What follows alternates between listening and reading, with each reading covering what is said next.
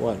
Hi everybody, this is our group. Today we're going to talk about topic 5.2, the greenhouse effect, especially on the statement 5.2.6, outline the consequence of a global temperature rise on Arctic ecosystems. There are quite a few consequences, so we're going to each talk about some. First is Iris, she's going to talk about some of the consequences.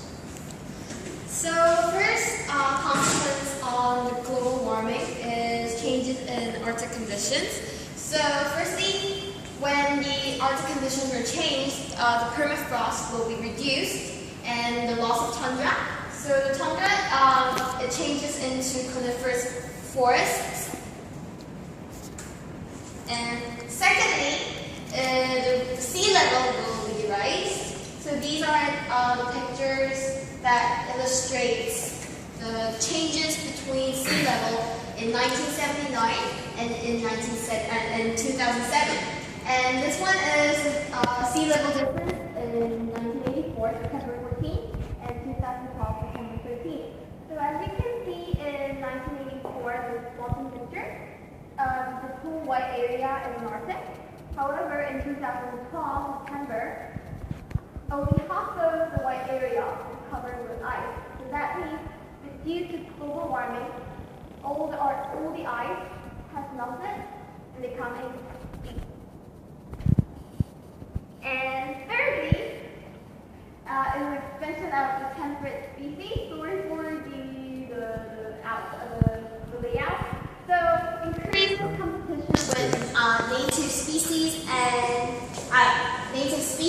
and temperate species. So temperate species, for example, is the red fox, and native species would be Arctic fox. So due to expansion of temperate species for global warming, red fox and Arctic fox, they will have competition for their prey.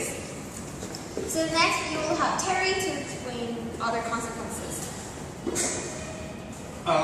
One of the other consequences is the decomposition of detritus. Detritus are non-living organic materials such as dead bodies, feces. Over time in the Arctic environment, species die and their carcass, their dead bodies or their waste is stored under the ice. So if a change in temperature would break the ice because the ice will melt and it will decompose all the detritus below the ice level. So it will release greenhouse gases such as methane, CO2, and as a result, it will add more greenhouse into the environment and cause more global temperature changes. Another one is the increased spread of pest species and pathogens. So in the Arctic environment, because it's so cold, some pathogens cannot live. But when the temperature increases, it will reach a level where pathogens can actually live and spread in the Arctic environment, and it can infect the native species such as the Siberian wolves, and it can kill a lot of the species in the Arctic environment. Also, behaviors of native species might change due to the fact that,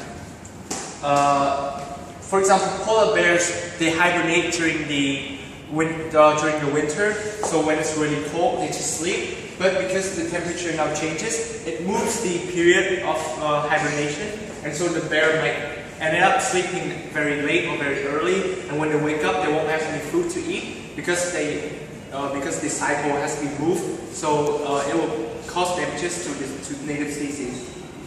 And also the migration of birds and fishes, it will cause the fishes to move away, and therefore when polar bears wake up, they won't have enough food to eat.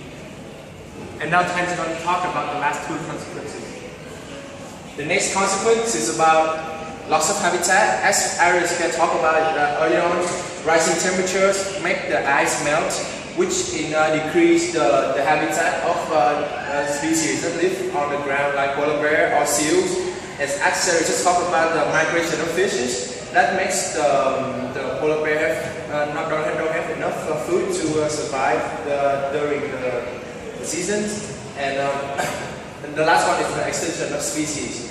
If fish migrate, polar bear will have food to eat and we become extinct due to the fact it has no food to eat.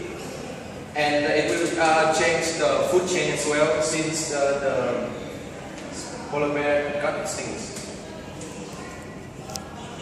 Thank you for listening to our presentation.